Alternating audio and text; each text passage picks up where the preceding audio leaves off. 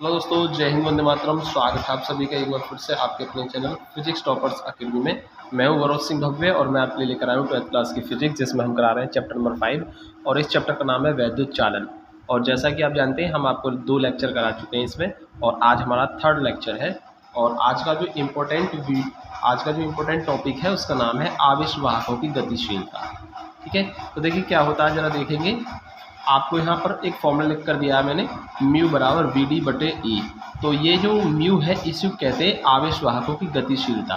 ठीक है, और इस गतिशीलता को म्यू से प्रदर्शित करते हैं। इसका फॉर्मूला होता है वी डी बटे ई। ये जो वी डी है इसको बोलते हैं अनुगमन वेग, और ये वैद्युत क्षेत्र की तीव्रता है। ठीक है, तो हम लिख सकते हैं अनुगमन वेग तथा वैद्युत क्षेत्र की तीव्रता के अनुपात को आवेश वाहकों की गतिशीलता कहते हैं। और मैंने यहाँ पर भी लिखा, देखो, वैद्युत क्षेत्र के कारण किसी आवेश वाहक द्वारा अनुगमन वेग तथा वैद्युत क्षेत्र की तीव्रता, अनुगमन वेग तथा वैद्युत क्षेत्र की तीव्रता के अनुपात को आवेश वाहकों की गतिशीलता कहते हैं, और इसको म्यू से प्रदर्शित करते हैं। आई थिंक आपको तो समझ में आया होगा। लेकिन हम एक चीज़ और जानते हैं, अनुगमन वेग जो होता है, अनुगमन वेग जो होता है, इसका एक फॉर्मूला हमने आपको कल बताया था। क्या बताया था?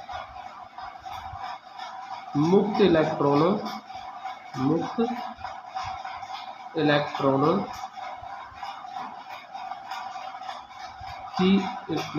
का अनुगमन वेग। हमने आपको अनुगमन वेग वीडी का एक फॉर्मूला बताया था कल, जो कि था ई टॉक अपॉन एन। ठीक है, अगर आपको थोड़ा सा याद आ रहा हो तो हमने आपको बताया था अनुगमन वेग और वैद्युत क्षेत्र की तीव्रता में संबंध। ठीक है, अनुगमन वेग और वैद्युत क्षेत्र की तीव्रता में संबंध, तो वो वी डी बराबर ई टॉ अपॉन एन होता है।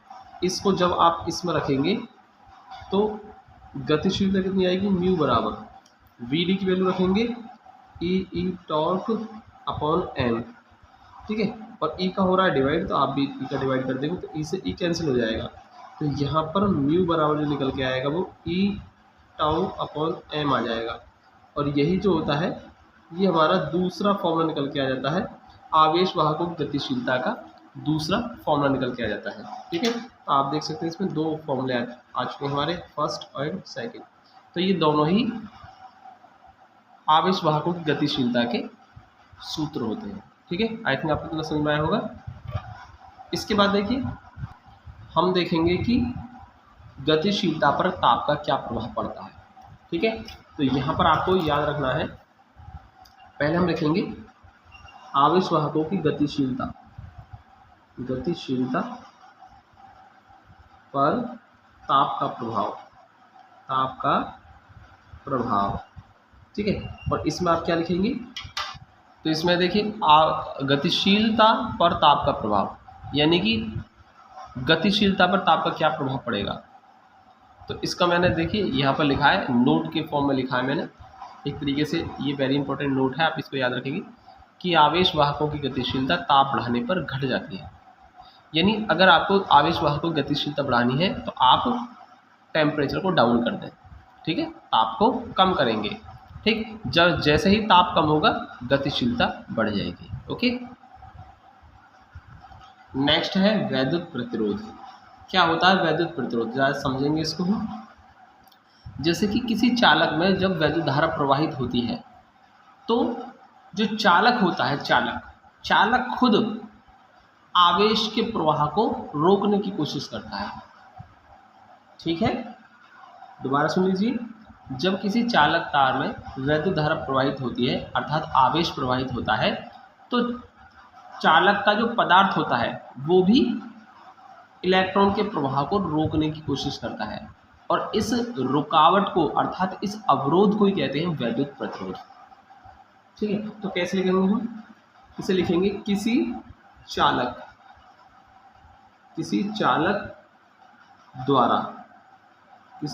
द्वारा वैद्युत धारा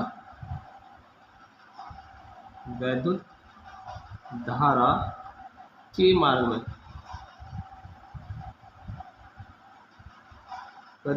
मार्ग में लगाए गए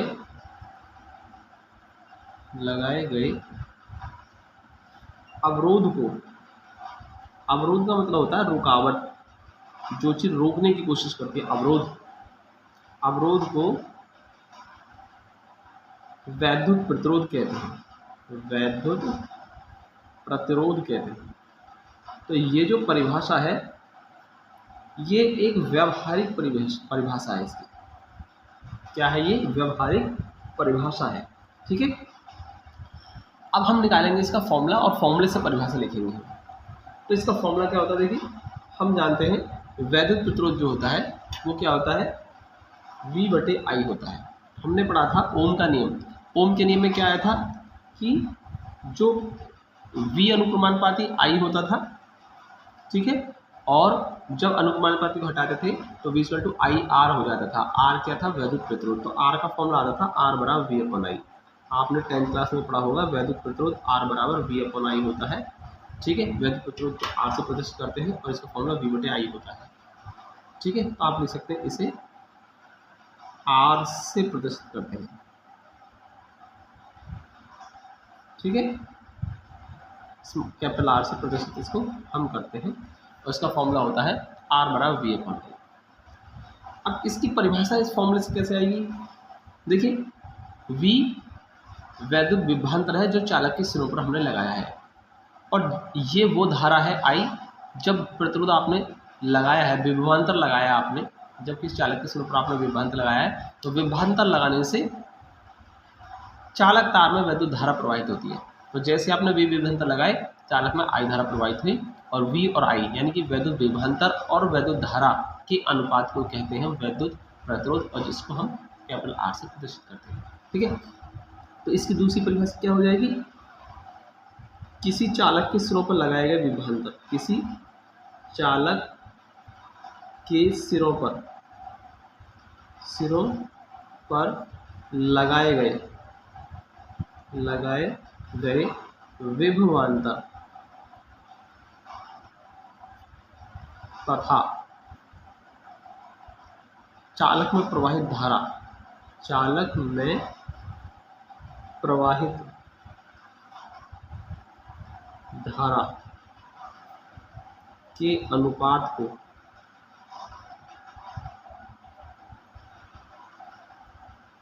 वैद्युत प्रतिरोध कहते हैं। वैद्युत प्रतिरोध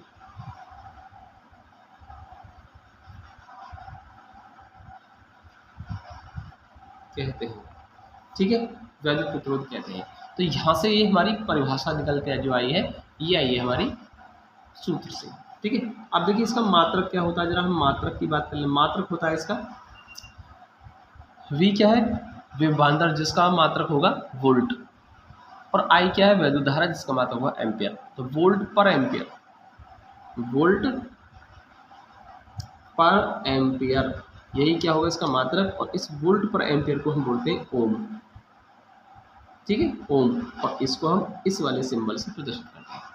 ठीक है, वोल्ट पर एम्पियर को ही हम कहेंगे वोल्ट पर एम्पियर को हम कहेंगे ओम, और इसको इस तरीके से प्रदर्शित करते हैं। तो ये इसका मात्रक हो गया। ठीक है, आई थिंक आपको समझ में आया होगा। इसके बाद देखेंगे हम इसका विमेय सूत्र। विमेय सूत्र क्या होगा? देखिए, जब आप V यानी विभवांतर, जब आप वैद्युत विभव का विमेय सूत्र लिखेंगे और एम्पियर का, वैद्युत धारा का एम्पियर यानी कि A होता है। ठीक है, तो वैद्युत विभव और वैद्युत धारा का जब आप विमेय सूत्र लिखकर इसको सॉल्व करते हैं तो ये आता है mL2T-3 mL2T-3 और A-2। ठीक है, ये आता है। वैसे मैं आपको बता दूं, वैद्युत विभव का होता है mL2T-3 A-1, और इसके बाद आप नीचे A और लिखेंगे तो A ऊपर जाकर A-2 हो जाता है, क्योंकि A-1 पहले से, A-1 बाद में ये हो जाता है ऊपर जाकर के A-2।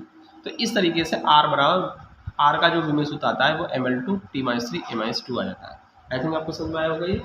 ठीक है, इसके बाद जो वेरी मोस्ट इंपॉर्टेंट टॉपिक है वो है हमारा वैद्युत प्रतिरोध को प्रभावित करने वाले कारक।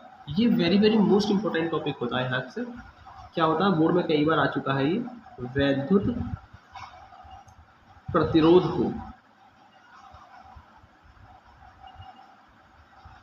प्रभावित करने वाले कारक, प्रभावित करने वाले कारक। यानी ऐसे कौन कौन से कारक हैं, ऐसे कौन कौन से फैक्टर हैं जिनको चेंज करने से वैद्युत प्रतिरोध चेंज हो जाएगा। ठीक है, ओके, ये है इसका मतलब। यानी ऐसे कौन कौन सी चीज़ें हैं या ऐसे कौन कौन से कारक हैं जिनको चेंज करने से वैद्युत प्रतिरोध का मान भी चेंज हो जाता है। ठीक है, और ये वेरी वेरी मोस्ट इंपॉर्टेंट है, वेरी वेरी इंपॉर्टेंट। ये बोर्ड में कई बार आ चुका है, यहाँ से आप इसको ज़रूर करेंगे। ठीक है, देखिए इसके बाद देखिए हमने एक सूत्र निकाला था जब हम लेक्चर नंबर 2 में अनुगमन वेग के आधार पर वैद्युत प्रतिरोध की व्याख्या जो की थी, यानी कि ओम के नियम की व्याख्या की थी, वैद्युत प्रतिरोध निकाला था हमने वहाँ पर। दोबारा सुन लें, लेक्चर नंबर 2 के अंदर हमने अनुगमन वेग के आधार पर ओम के नियम का सत्यापन किया था। तो वहाँ पर हमने एक वैद्युत प्रतिरोध आर का फॉर्मूला निकाला था। लिखेंगे हम जानते हैं कि वी नो दैट, क्या कि वैद्युत प्रतिरोध जो आता था वहाँ पर, जहाँ पर हमने ओम का नियम का सत्यापन किया था, ओम्स लॉ का डेरिवेशन किया था हमने, R बराबर ml upon NE² A tau. किस किस को याद है, लेक्चर नंबर 2 में हमने ये वाला फॉर्मूला याद प्रूफ किया था। ठीक है, आर का ये फॉर्मूला आया था, किस किस को याद है? ठीक है, कमेंट कर बताएं कि किस किस को याद है, अपना नाम और थंब का साइन। ठीक है, जैसे लाइक करते हैं ना, थंब का लाइक करने का जो साइन होता है, थंब।